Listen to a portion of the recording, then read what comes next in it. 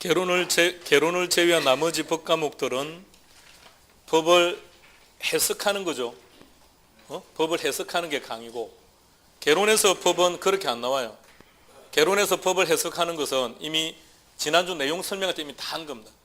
설명하는 내용 속에 다 묻어 있는 거고, 개론에서 법 관련 문제가 출제되면 조문 그대로 나와요. 그래서 제가 법을 강의한다는 얘기는 어떻게 답을 찾을 건지를 설명하는 거니까 거기에 적합하게 학습하셔야 돼요. 그러니까 앞서 7방법이 나왔다 그래서 차례대로 쭉 읽어가면 답 못 찾아냅니다. 그러니까 무조건 어떻게 하라고요? 제일 뒤로 가서 가액인지 임대료인지를 먼저 확인하고 일단 맞으면 다시 앞으로 가서 필요한 요소들만 기억하는 거예요. 그러니까 지난주 했던 그 방식들을 다 기억하고 있어야죠. 재조달원가. 자, 다시 적산가액은 어떻게 구한다?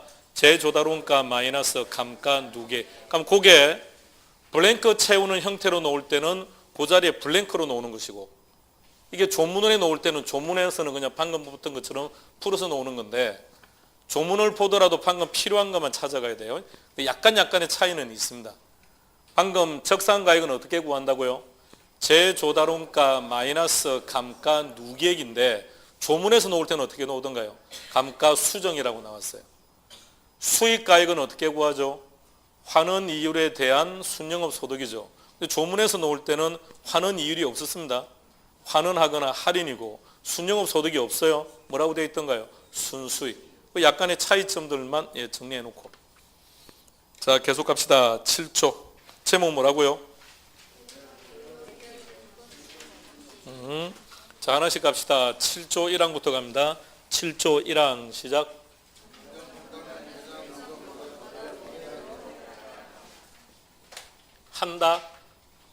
한다고 되어 있습니까? 과목의 원칙.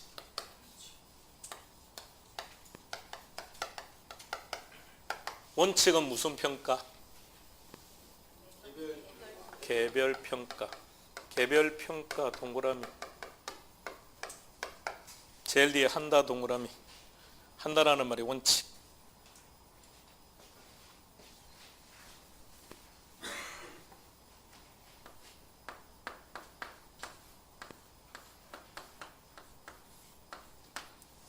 자, 토지와 건물이 결합된 상태. 민법에서는 얘 이름이 뭐던가요? 자, 됐고. 자, 민법에서는 토지와 건물은 몇 개의 부동산? 2개의 부동산. 토지와 건물은 민법상 별개로 다룬다고 되어 있으니까 2개의 부동산. 그러면 민법의 기준대로 한다면 토지는 토지대로 등기하고 건물은 건물대로 등기하고, 어떤가요? 따로따로 등기합니까? 그럼 장부가 2개겠네요. 예. 그러면 건물 주인은 갑돌인데 토지 주인은 얼돌이, 이것도 가능하다는 얘기입니까? 그래요, 가능하다고요. 근데 개론에서 말하는 거는 이제 미국의 기준인데, 건물은 토지의 종된 관계로 봅니다. 토지가 없는 건물은 존재할 수 없는 거 아닙니까? 그러니까 건물은 토지의 종된 관계로 본다고요. 이게 미국 법이에요. 미국 민법은 그렇게 되어 있습니다. 우리는 그 용어를 이렇게 표현합니다. 복합부동산. 자, 얘를 이제 평가해 봅시다. 복합부동산일 때는 한 개의 부동산으로 봐요. 한 개의 부동산으로 보는데, 일단 우리는 우리 민법으로 봅시다. 우리 민법에서는 몇 개의 부동산? 2개의 부동산. 그럼 개별평가라는 말은 무슨 뜻입니까? 토지는 토지대로, 건물은 건물대로. 토지는 토지대로, 건물은 건물대로. 토지, 그럼 토지는 어떻게 평가하면 될까요? 공부했습니다. 지난주 되고 오늘 되고 조금 전에. 오케이. 공시지가 기준법으로. 토지는 무조건 공시지가 기준법으로. 건물은 감가된다 안 된다? 건물은 감가된다. 감가되면 무슨 방법으로? 원가.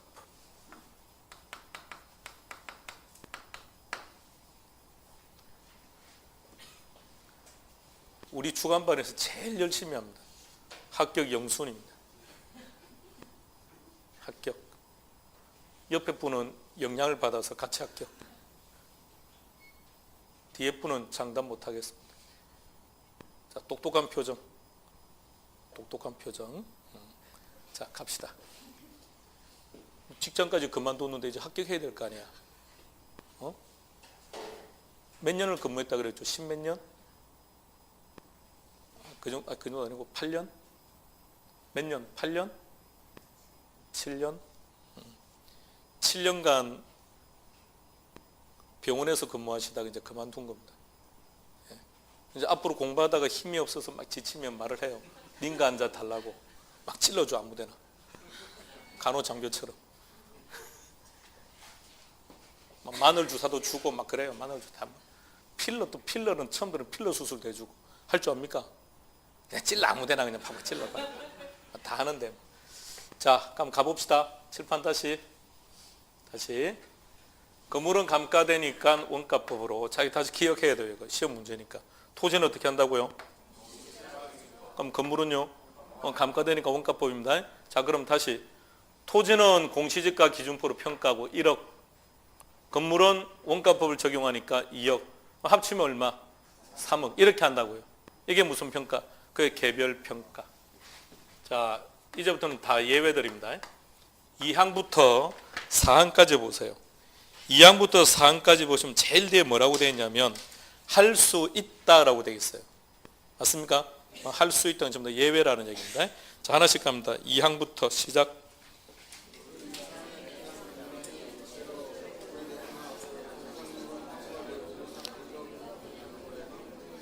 무슨 평가? 무슨 평가? 일괄평가. 일괄평가 동그라미. 자, 그럼 봅시다. 민법에서 공부할 때 토지와 건물은 별개의 부동산이라고 공부했고요. 그래서 각각 등기도 따로따로 한다고 공부했고, 분명히 두 개의 부동산을 공부했습니다. 그런데 실제 실무에서 거래될 때는 따로따로 거래되는 게 일반적입니까? 함께 거래되는 게 일반적입니까? 만일에 따로따로 거래되는 게 일반적이라면, 친구가 나에게 내 이번에 집 샀다 그러면 우리는 물어봐야 돼요. 너 땅 샀니? 건물 샀니? 이렇게. 근데 안 물어보죠. 친구가 집 샀다 그러면 우리는 어떻게 해석하는 겁니까? 아, 저놈은 건물만 샀구만. 이렇게 해석을 안 하지 않습니까? 함께 샀겠다라는 뜻이죠. 자, 동그라미 2번이 아니고 2항 가봐요. 2항. 7조 2항. 7조 2항. 일체라는 단어가 보입니까? 동그라미. 용도상 불가분의 관계라는 단어가 보입니까? 동그라미. 그냥 둘은 묶어서 그냥 이런 단어입니다. 일체성. 그러니까 원칙은 따로따로 개별 평가하는 게 원칙인데 일체성이 있으면 어떻게 평가하라고요? 일괄평가. 그럼 시험 문제가 이렇게 나와요. 복합 부동산을 어떻게 평가하느냐라고 놓으면 어떻게 가는 겁니까? 개별입니까? 일괄입니까? 일괄. 그러니까 복합 부동산은 몇 개의 부동산? 한 개의 부동산. 민법은 몇 개의 부동산? 두 개의 부동산. 우리 법은 두 개, 미국은 한 개. 복합 부동산은 원칙상 일체성이 있다고 본 거예요. 그래서 무슨 평가로 간다? 일괄평가. 그 시험에 놓으면 어떤 단어가 나온다는 얘기입니까? 일체성 또는 용도상 불가분의 관계인데 그 단어까지는 기억 안 해도 좋고요. 자, 3항으로 갑시다. 3항으로 갑니다. 시작. 수독. 하나의 대상 물건. 이게 무슨 말이죠? 일체성. 체크하지 마시고요. 일체성. 이럴 때는 어떻게 평가라고 했습니까? 일괄평가라고 했죠. 다시 칠판 보세요.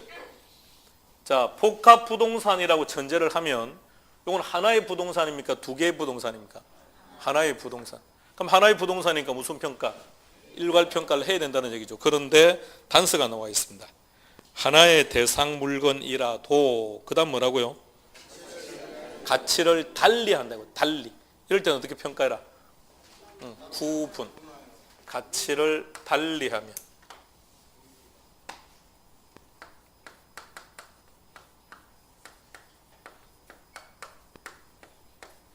따로따로 구분평가.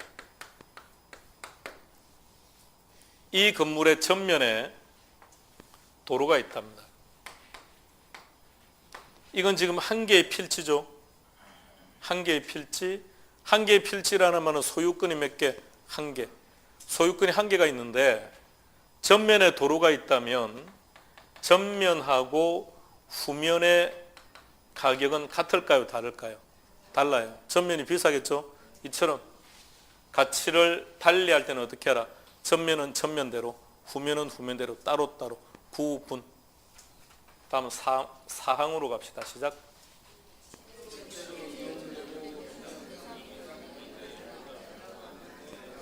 자, 거기까지 키워드 하나 선택해봐요. 그렇죠. 일부분, 동그라미. 일부분만을 평가할 때는 무슨 평가? 부분평가. 일부분만 평가할 때는 부분평가.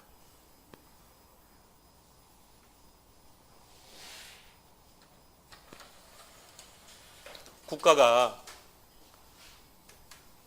도로를 넓히기 위해서 내 토지 일부를 수용했대요. 그럴 때는 요거에 대해서만 보상금 받는 거죠. 그 부분만 평가하겠다고요. 일부만.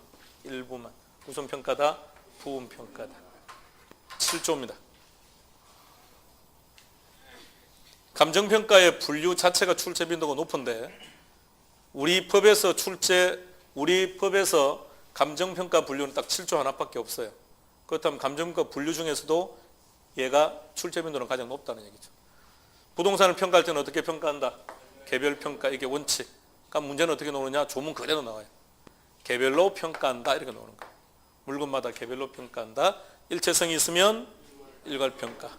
일체성이 있다고 하더라도 가치를 달리할 때는 구분평가. 전체에서 일부만 평가한다면 부분평가. 전체 구분해 보세요. 구분하고 부분하고를 추가로 조금 분류하는 것은 지금 하지 맙시다. 혼란스러워질 수 있으니까 그냥 단어 그대로 가요. 가치가 다르다 그러면 따로따로 구분. 일부만 하겠다, 부분. 넘어가겠습니다. 8조 제목 뭐라고 되어 있습니까? 네, 절차, 최근에 기출되기도 했습니다. 9조 제목 뭐라고요? 그래서 8개 항목이 쭉 나와 있습니까? 네, 올해 기출 문제이기도 합니다. 손대지 마세요. 지금은 당장 하기 조금 불편하니까 8조, 9조의 1항은 일단은 건너뛸 겁니다. 9조의 2항은 했었고요. 자, 10조 대상 물건의 확인 그랬는데 1항만 간단하게 봅시다. 감정평가업자가 감정평가를 할 때에는 그 다음 뭐라고요? 한다고 그랬죠? 그럼 원칙이네요. 실질조사 동그라미, 한다 동그라미. 우리가 이것을 뭐라 그러죠? 임장활동? 임장활동 해라 이 말입니다. 다음에 11조 감정평가 방식, 원가 방식 뭐라고 나와 있습니까? 원가법 및 적산법 등. 그 다음 뭐라고요? 그렇죠? 그런 말 나오죠. 원가 방식이니까 비용성이고, 그 다음에 비교 방식이니까 시장성 나와 있고, 그리고 수익 방식이니까 수익성 나와 있네요. 11조의 2호만 좀 더 봅시다. 비교 방식 보니까 세 가지가 보이는 것 같은데요. 뭐가 있습니까? 거래사례 비교법, 임대사례 비교법, 그리고 그래요, 공시지가 기준법. 비교 방식은 이 세 가지가 있다라는 겁니다. 12조 제목 뭐라고요?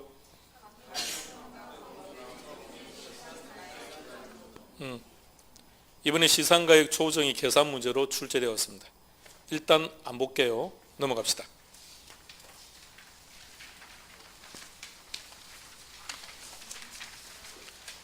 13조는 감정평가 작성이고 14조 뭐라고 되어 있습니까? 자, 이제부터 시작할 겁니다. 14조부터가 이제 물건별 감정평가입니다. 물건별 감정평가. 토지는 항상 뭐라고요? 공시지가 기준법. 자, 14조 1항 찾으세요. 시작. 감정평가업자는 토지를 감정평가할 때에는 뭐라고요? 예, 체크합니다. 공시지가 기준법만 동그라미. 14조 제목이 토지다, 그죠? 그럼 토지 동그라미. 토지는 공시지가 기준법. 15조 갑시다. 14조 내용들 다 봐야 됩니다. 14조에 나오는 그 내용들 전체 다 봐야 돼요. 2월 달에는 100% 다 볼 겁니다.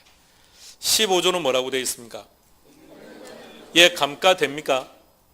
예, 그래서 뭐라고요? 원가법 동그라미, 건물 동그라미, 원가법 동그라미. 자, 방금 했던 거 볼까요? 토지는 공시지가 기준법으로, 건물은 원가법으로. 자, 기억합시다.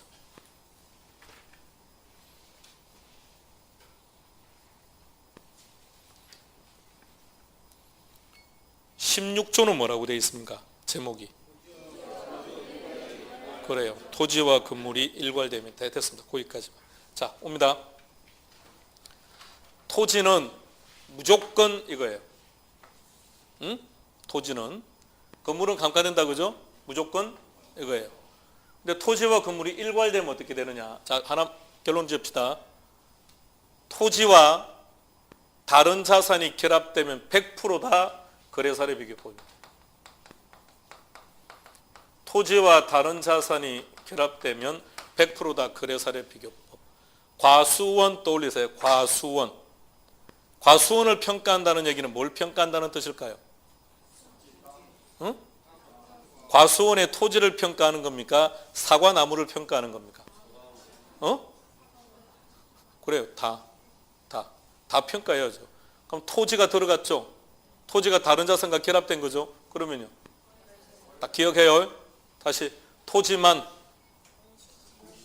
토지가 다른 자산과 결합되면 토지가 다른 자산과 결합되면 따라서 토지를 평가할 때는 공시지가, 건물을 평가할 때는 원가법, 토지 건물이 결합되면 자 16조 보세요. 일단 용어는 좀 봐야 되니까. 감정평가업자는 시작 법률까지만요. 그 제목만 보세요. 여러분들이 민법 시간에 볼 때 그 용어를 본 거예요. 집합건물. 그래서 앞서 제가 민법에서는 뭐라고 부릅니까? 물었을 때 여러분들은 집합건물이라고 말하는 거예요. 자, 다른 구분에 어쩌고저쩌고 뭐 말은 많은데 다 무시해버리고, 자, 셋째 줄에 가면 나와 있습니다. 토지와 건물을 일괄하여 감정평가할 때에는 무엇을 적용하여야 한다? 무엇? 거래사례 비교법 동그라미. 자, 일단 세 가지부터 먼저 기억합시다. 토지는 공시지가 기준법, 건물은 원가법, 토지 건물이 일괄되면 거래사례 비교법. 일단 그거부터 암기.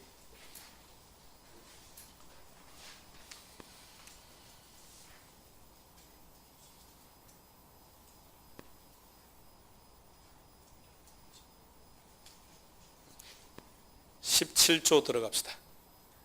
17조.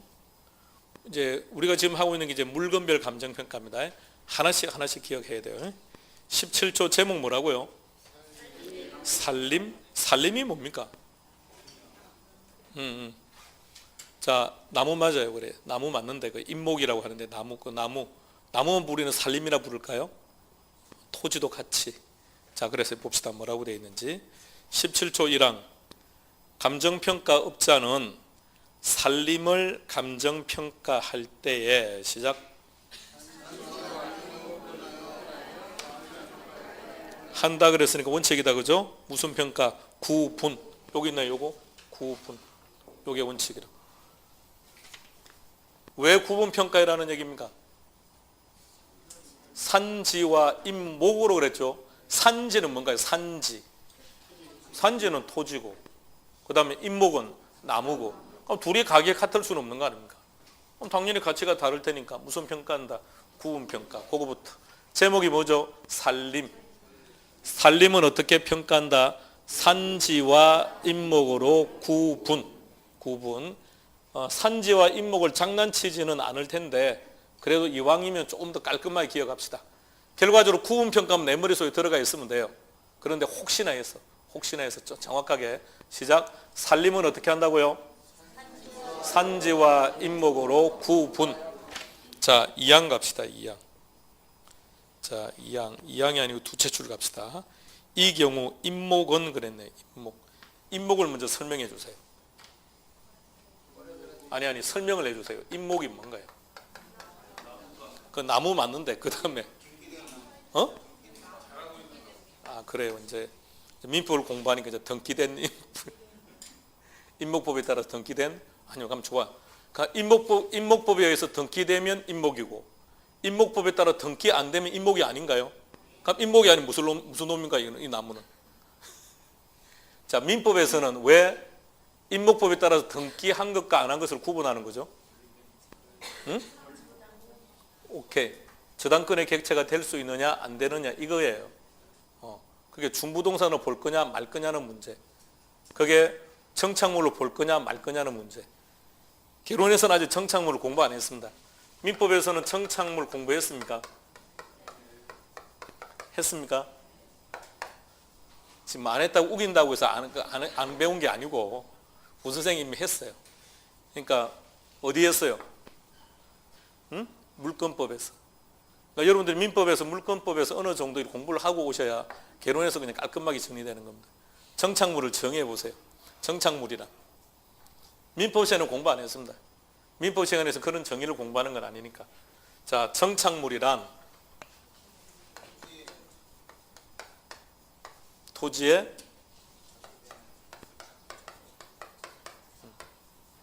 부착된 XX예요. 토지에 부착된 것, 뒤에 뭐가 붙어 있던 토지에 부착된 것. 그러면 임목.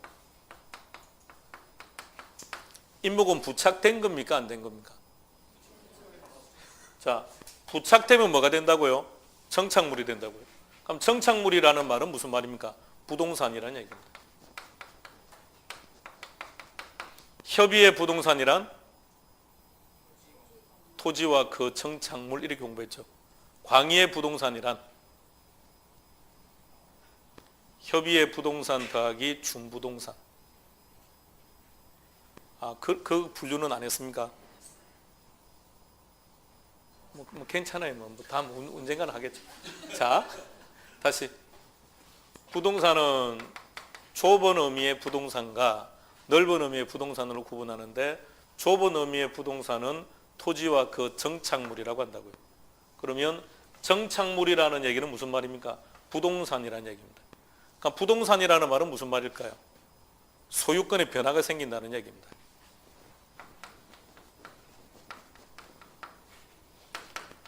매도자가 매수자에게 자신이 가지고 있던 부동산을 처분해요. 그런데 매도자가 매수자에게 부동산을 처분했다는 것은 토지와 건물만 처분한 게 아니라는 얘기입니다. 모두 함께 처분했다고요. 정착물도 같이 처분했다고요. 그럼 정착물이 아니다라는 얘기는 무슨 말이냐? 동산이라는 얘기예요. 그럼 따져보세요. 정착물이 아니라면 소유권은 누구에게 있는 겁니까? 매수자에게 넘어가는 겁니까? 매도자에게 소유권이 남아있는 겁니까? 매도자에게 소유권을 가지고 있다는 얘기입니다. 정착물이라는 얘기는 소유권은 어떻게 된다는 얘기입니까? 무조건 매수자에게 넘어간다는 얘기예요.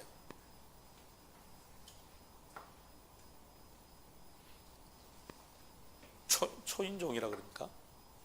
초인종? 아파트에서 그 소리 나는 게 뭐죠? 예? 인터폰. 인터폰은 정착물일까요? 아닐까요? 자, 정착물이다 아니다. 그건 정착물이다 아니냐에 따라서 소유권이 달라진다니까요. 정착물이다 아니다. 정착물이 아니면 이사 갈 때마다 매도자가 다 들고 가버리면 매수자는 무죄라고. 정착물이다 아니다.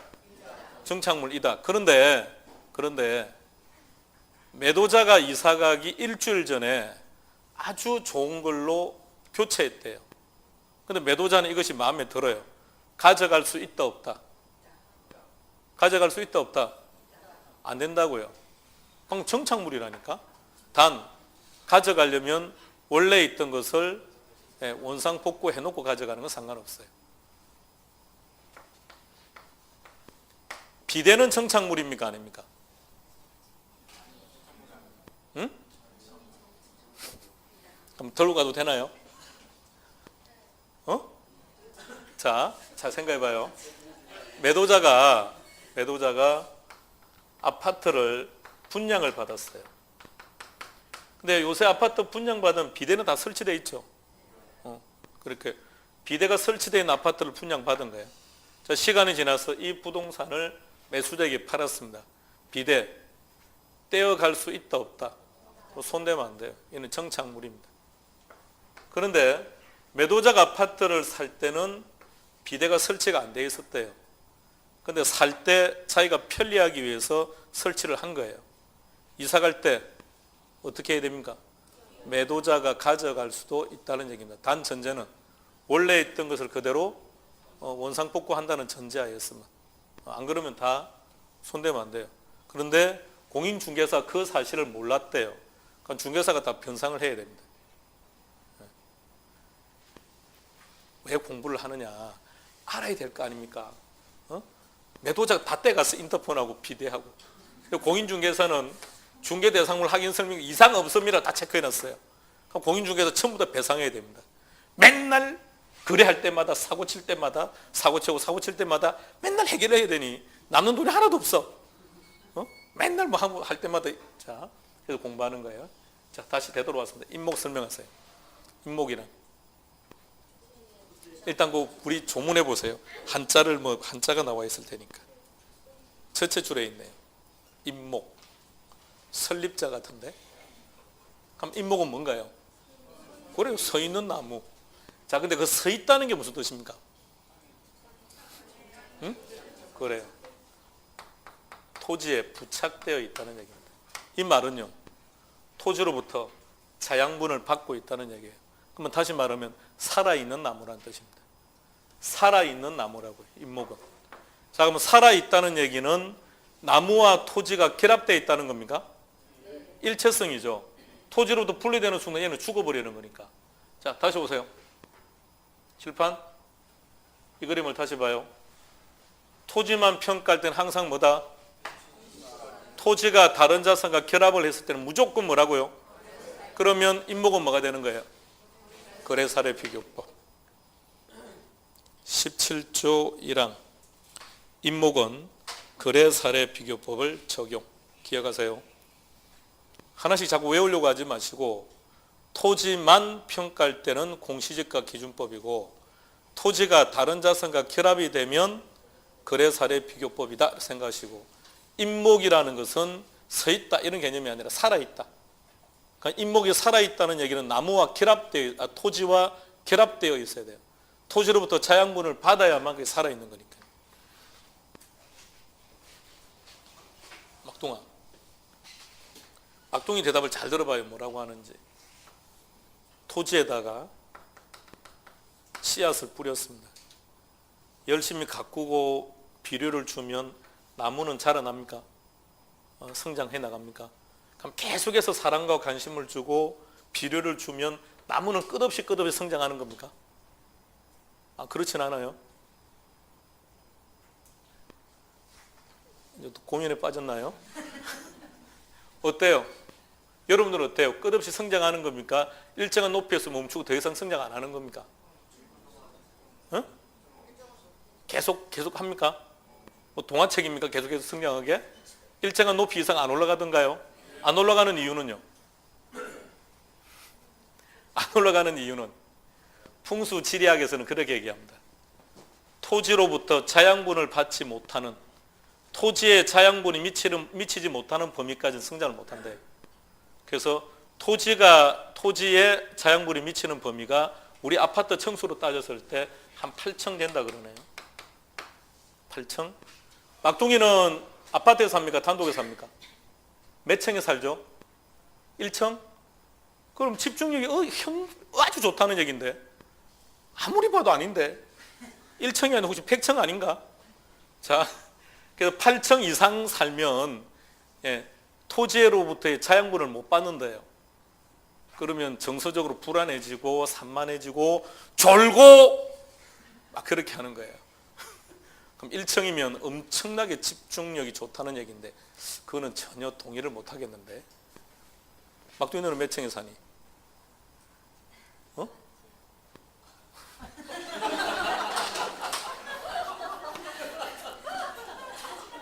자취하니? 집이 어딘데? 아니, 뭐 부모님이 계신 데가 어딘데? 강원도 원주? 방금 뭐라고 대답했는지 들었습니까? 못 들었으면 됐어요. 막둥이 몇 층에 사니 하니까 반지하에 산대요. 그러면 막둥이보다 막둥이 너가 집중이 더 높아요. 자, 계속 진도 나가 봅시다. 자, 그 다음 보세요. 소경목님 찾았습니까? 갈로 안에 뭐라고 되는지 한번 보세요.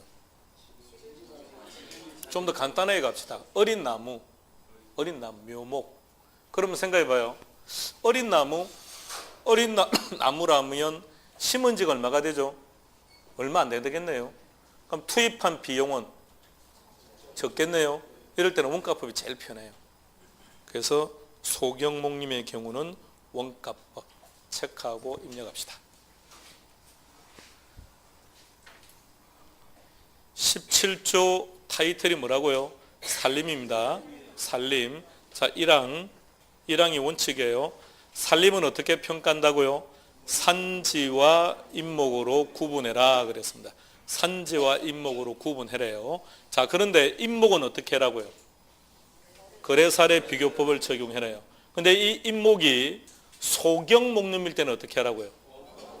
그런데 17조 1항을 잘 보시면 인목에 관한 것은 나와 있는데 산지가 없어요.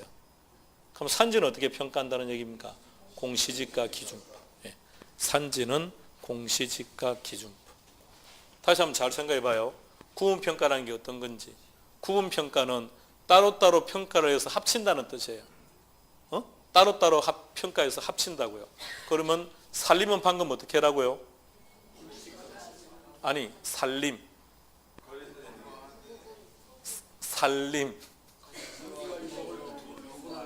산지와 인목으로 구분. 그건 무슨 말이죠? 산지는 산지대로 평가하고 5억, 인목은 인목대로 평가하고 3억. 그래서 이건 얼마라고요? 8억. 이렇게 한다는 뜻이에요. 다음에 17조 2항 갑시다. 17조 2항에 산지와 인목을 일괄해서 한답니다.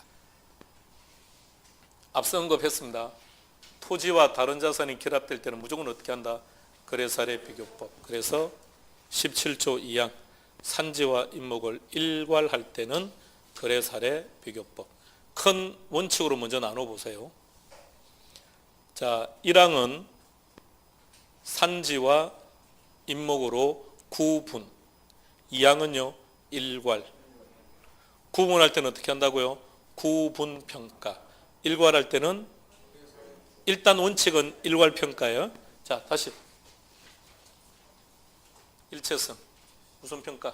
일괄평가. 이렇게요. 자, 다시. 제목이 산림이죠. 자, 산림을 산지와 인목으로 구분할 때는 어떻게 한다고요? 그럼 구분평가. 근데 일괄할 때는 일괄평가. 이게 일단 원칙이에요. 그거부터 하고 구분평가를 하되 인목은 거래사례 비교법, 소경목림은 원가법. 일괄평가를 하되 어떻게 하라고요? 거래사례 비교법. 17조 기억합시다.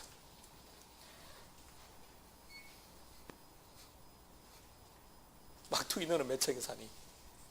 너 몇 층에 사니? 1층?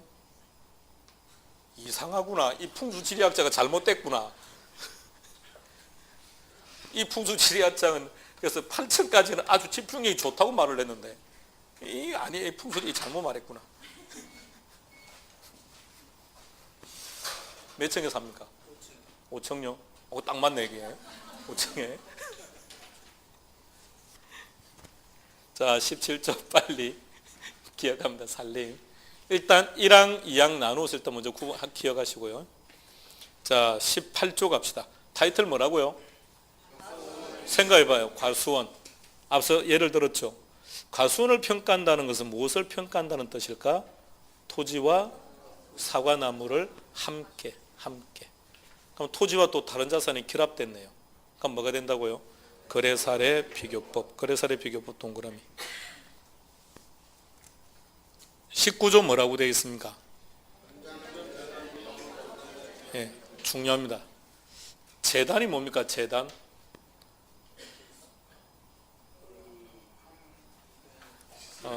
오케이. 한 묶음으로 본다. 오케이. 맞아요. 민법에서 아직 거기까지 안 들어갔나요? 앞서 여러분 대답을 안 하시길래. 협의의 부동산과 광의의 부동산으로 구분하는데, 광의의 부동산이라고 하는 것은 협의의 부동산 플러스 준부동산이라 그래요.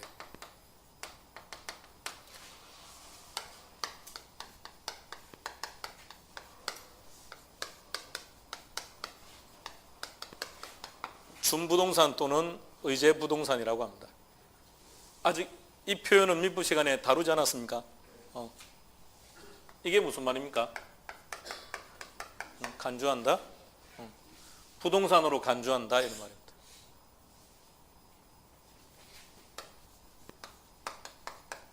동산을 정의해 보세요. 동산이란 뭐다? 움직이는 것. 부동산이란 뭐다? 움직이지 않는 것. 이제 이런 거는 초등학교 국어시간에 하는 얘기예요. 앞으로는 그런 얘기 하는 거 아닙니다. 뭐라고요? 뭐라고요? 자, 시작합시다. 민법은 이 둘을 어떻게 구분하느냐? 공시수단, 공시방법으로 구분하고 있습니다. 공시가 무슨 말이죠? 공시문제는 분명히 배웠을 테니까. 공시, 널리 알린다. 나의 재산임을 널리 알린다고요. 자, 이제 방법을 제시해 보세요. 나의 자산임을 타인에게 널리 알리는 방법인데, 자, 막둥아, 지금 가지고 있는 펜 본인께 맞습니까? 다른 분들에게 본인께 맞다는 것을 입증해 보세요. 공시해 보세요. 해봐. 아니면 아니라고 자수하고 괜찮아. 아니지. 아니다고 말해 그냥. 아닌 거야. 가지고 있는 펜 본인께 맞습니까? 네, 다른 분들에게 본인 거라는 거 입증해 봐요. 그거 내 거예요. 오케이, 이거예요. 자, 그걸 우리는 이렇게 말해요. 점유라고 말해요. 내가 가지고 있다는 그 자체로서 나의 재산임을 타인에게 공시할 수 있는 재화를 민법에서는 이렇게 표현해요. 자, 이렇게. 그러면 아파트는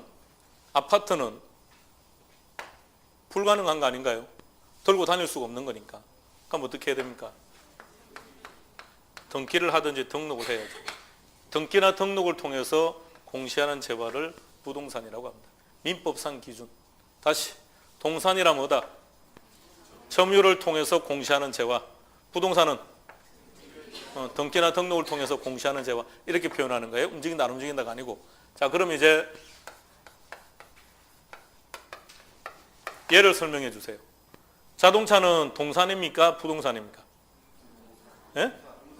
동산이라고요? 그럼 여러분들은 자동차는 공시 방법이 점유입니까? 들고 다닌다고요? 들고 다녀? 수업할 때 옆에 들고 들어오고 지금 어디 있는데 자동차가? 호주머니 안에 있습니까? 가방 안에 있습니까? 거짓말하고 있네. 그러면 자동차는 동산이다, 그죠?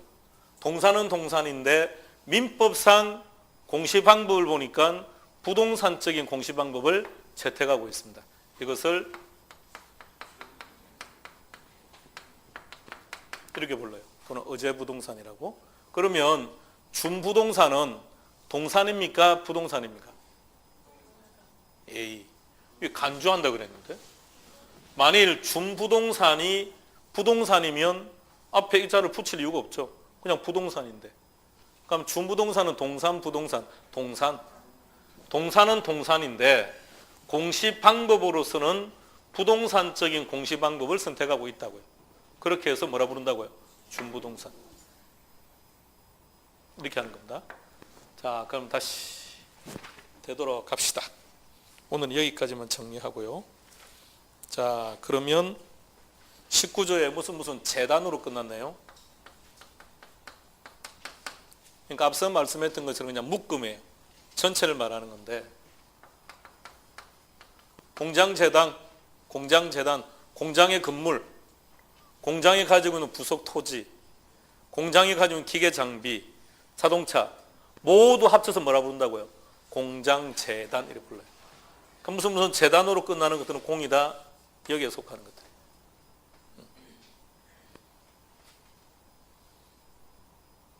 자, 그래서 우리 조문에 나와 있는 재단은 딱 두 가지입니다.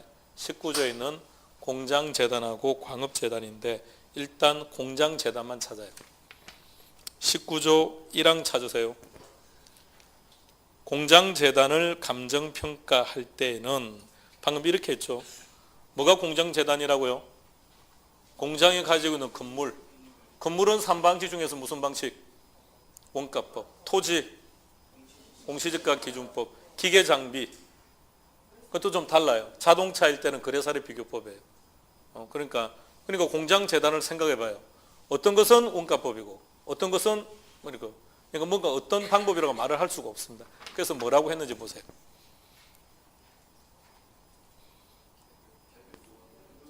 둘째 줄 찾아봐요. 개별부터 읽어볼까요? 시작. 합산까지 체크합니다. 우리는 간단하게 갑시다.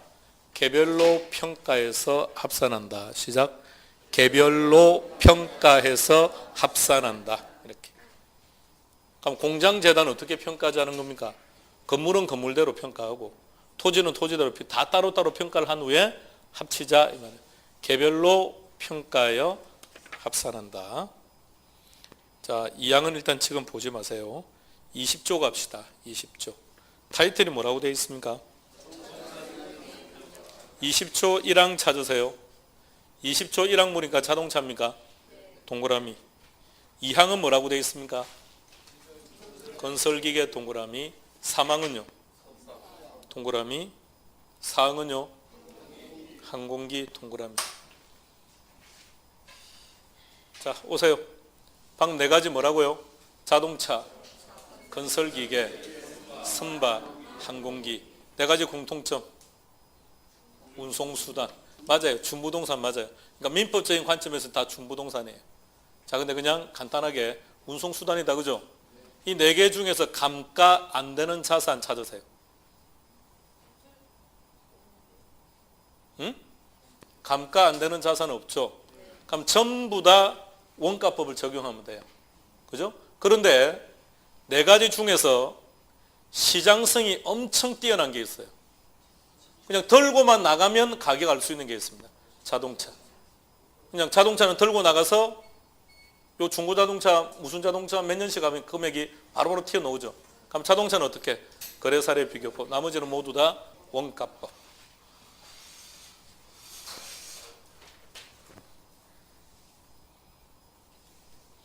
(5항을) 찾으세요. 20조 5항. 1항부터 4항까지에도 불구하고 그 다음부터 갑니다. 시작. 수독 효용가치가 없는 동그라미. 효용가치가 없다. 이럴 때는 어떻게 하느냐? 해체 처분가격 동그라미. 자동차는 최종적으로 어디로 갑니까? 해체장. 그때 당시 가격요. 그게 무슨 가격? 해체 처분 가격. 해체 처분 가격.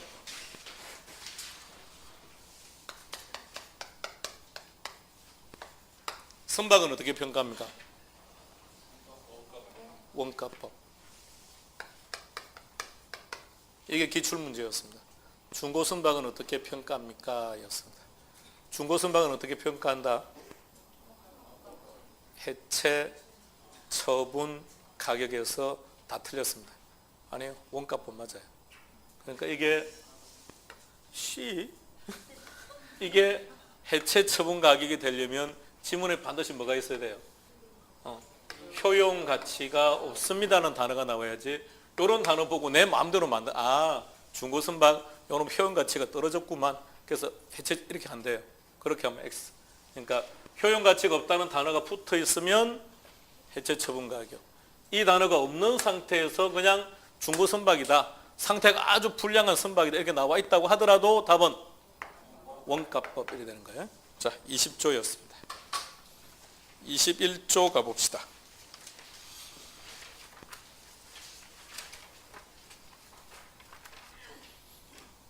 21조 뭐라고 되어 있습니까? 동산입니까? 자, 첫째 줄만요. 시작. 거래사례 비교법이라네요. 동그라미. 다만 효용 가치가 없을 때는 뭘 하라고요? 해체 처분 가격이다 그랬습니다. 그럼 20조에 21조의 동산하고 똑같은 게 20조에 하나가 있습니다. 뭐죠? 그러니까 20조에 방금 4가지 나왔었죠. 자동차, 건설기계, 선박, 항공기 중에서 동산하고 똑같은 게 하나 있다고요. 뭐가? 자동차.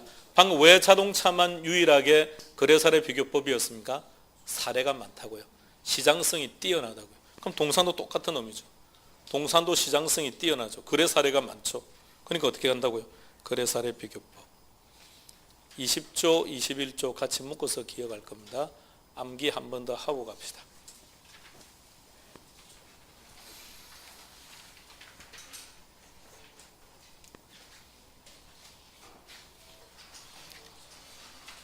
(22조에) 뭐라고 되어 있습니까? 오케이, 수독 보지 마세요. 더 이상 칠판.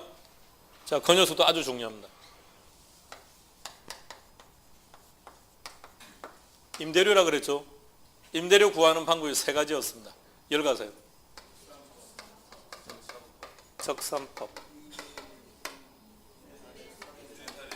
임대 사례 비교법, 3번째 수익 분석법. 자, 잘 보고 있어요.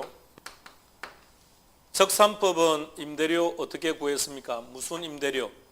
적산 임대료. 어떻게 구했습니까? 적산 임대료? 기초가액 곱하기 기대 이율 더하기 필요 재경비. 좀 달라지는 모습을 안 보일 겁니까? 오늘 이거 몇 번 했는데 지금 3번째인데 막둥아, 너 입술 가렸다고 모든 게 끝나는 문제가 아니야. 말을 해야 돼. 확 치아로 내려보낼라 그냥. 자, 다시 임대사례 비교법이 있었고, 수익 분석법 무슨 임대료? 수익 임대료. 어떻게 구했습니까? 순수익 더하기 필요 재경비. 자, 현실적으로 말해보세요. 현실적으로 우리 시장에서 임대료 어떻게 인상합니까? 옆집이 올리면 따라 올립니까? 아니면 내가 투자한 돈 곱하기 기대율 등등 따집니까? 안 따집니까? 옆집이 올리면 따라 올립니까? 이런 맹목적인 방법이 어디 있습니까? 그래서 이것만 인정해요. 아시겠습니까? 자, 다시 임대료 구하는 방법은 3가지인데 우리 법은 이것만. 이게 현실적이라고요. 왜? 실제 시장에서 그렇게 구하고 있으니까. 그러니까 임대료 인상을 못하게 만드는 방법 중에 한 가지가 언론 통제를 해야 돼요. 이 독재로 돌아가야 돼요. 언론 통제를 해서 임대료 인상 얘기를 아예 안 하면 돼요. 그럼 안 올립니다. 제주도에 사시는 분이 뉴스를 보고 있는데 강남의 임대료가 올라간다는 기사가 나와요. A씨 덩달아 같이 올려버립니다. 나도 올려야지. 다 올려버립니다. 그 전국이 전부 다 엉망이 되는 거예요. 자, 봅시다. 뭐라고 되어 있는지. 22조. 22조 타이틀은 임대료. 시작.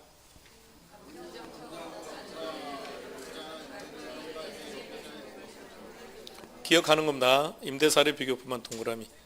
딱 이거는 현실적으로 바꿔놓은 거예요. 22조는 뭐라고 되어 있습니까? 타이틀이. 무형자산이 뭡니까? 23조의 무형자산. 단어 그대로 형태가 없는 자산. 형태가 없는 자산들. 지적재산 이런 것들요. 자, 일단 사망을 먼저 볼게요.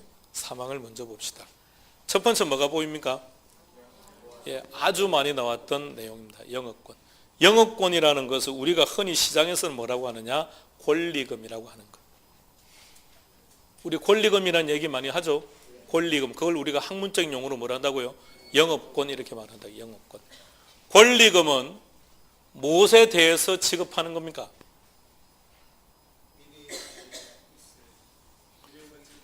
자, 우리가 올해, 그러니까 내년 10월 달에 시험 합격하고 내년 하반기나 후내년 초에 되면 중개업을 시작할 거 아닙니까?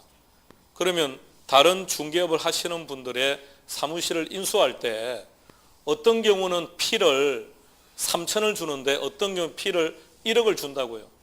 왜 이렇게 피가 권리금이 제각각 다를까요? 어떤 사람은 어떤 사무실은 수익이 적으면 2천 주는 거고요. 어떤 사무실에 수익이 크면 1억이든 1억 5천을 주는 거죠. 그러면 권리금은 뭐에 대한 대가로 주는 겁니까? 그 사무실의 수익. 그래서 수익 환원법으로 평가하는 거예요. 사망을 먼저 다 확인하세요.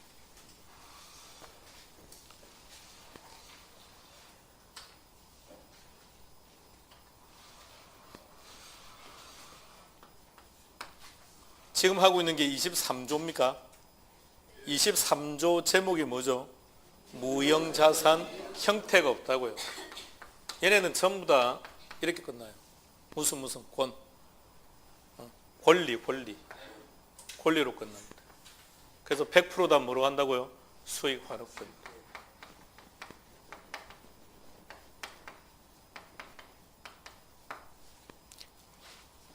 우리 학원이 자 다른 사람한테 넘긴다고 전제합시다.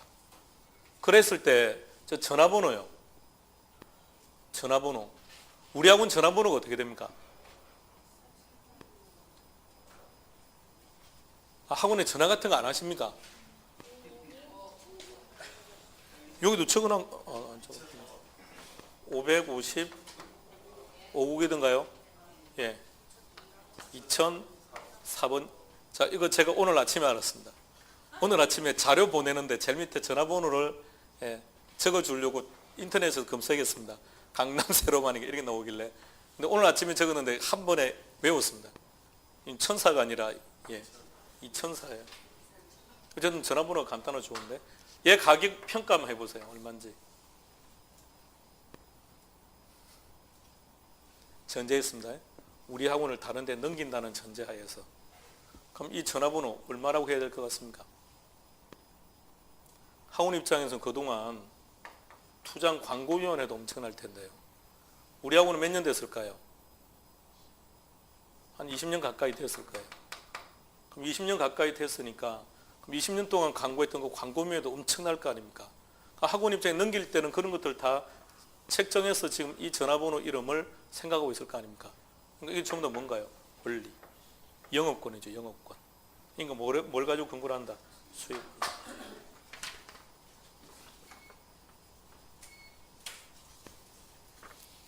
자, 23조 하고 이제 끝날 겁니다. 마지막입니다. 25조도 파야 되는데 그건 지금 안 볼 거고요. 자, 23조 1항 가세요. 1항 제목이 뭐라고 되어 있습니까? 광업권이라고 되어 있네요. 19조로 가세요.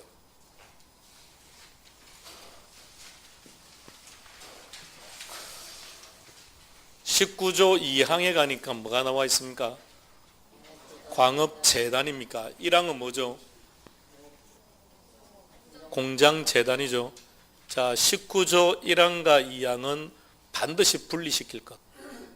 그래서 19조 2항에 나와 있는 광업재단은 23조 1항에 나와 있는 광업권하고 연결해서 기억할 것. 그렇게 안 하면 다 틀려버립니다. 공장재단과 광업재단을 다 틀린다고요. 둘은 전혀 달라요. 23조 1항으로 갑시다. 감정평가업자는 광업권을 감정평가할 때 광업권 동그라미 19조 2항에 따른 19조 2항이 뭐가 있었을까요? 방금 광업재단. 광업재단에 따른 광업재단의 감정평가액에서 체크합니다. 광업재단의 감정평가액을 체크하세요. 그리고 19조 2항으로 다시 가세요. 19조 2항에서 뭐라고 되어 있는지를 확인하세요. 앞으로 넘기세요. 수익환원법이라고 되어 있습니까? 자, 그걸 그 자리에 쓸 거예요. 이꼴 광업재단의 감정평가액이라고 되어 있죠. 이꼴 수익환원법 이렇게 쓰세요. 수익환원법. 수익환원법에서 해당 광산의 수익환원법에서 그 다음 체크합시다. 해당 광산의 그 다음 뭐라고요? 체크하세요. 현존시설 가액을 빼고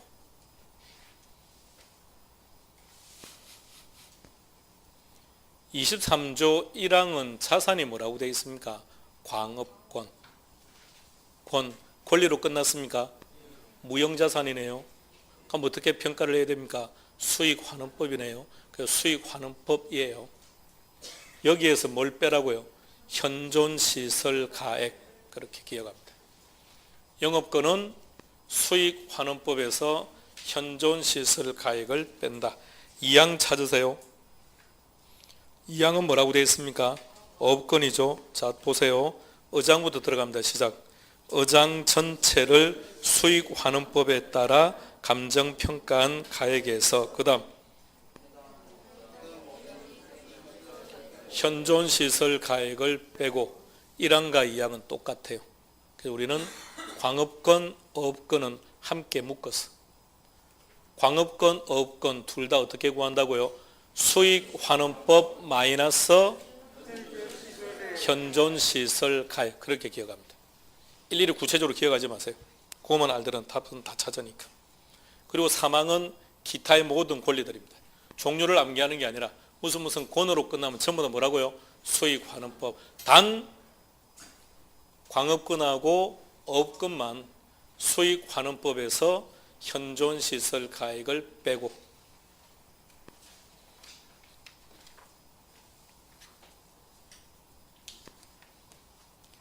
암기를 더욱더 유도했어야 되는데 첫 내용이라 그렇게 많이 안 했습니다. 일단 감칙 여기서 끝낼게요.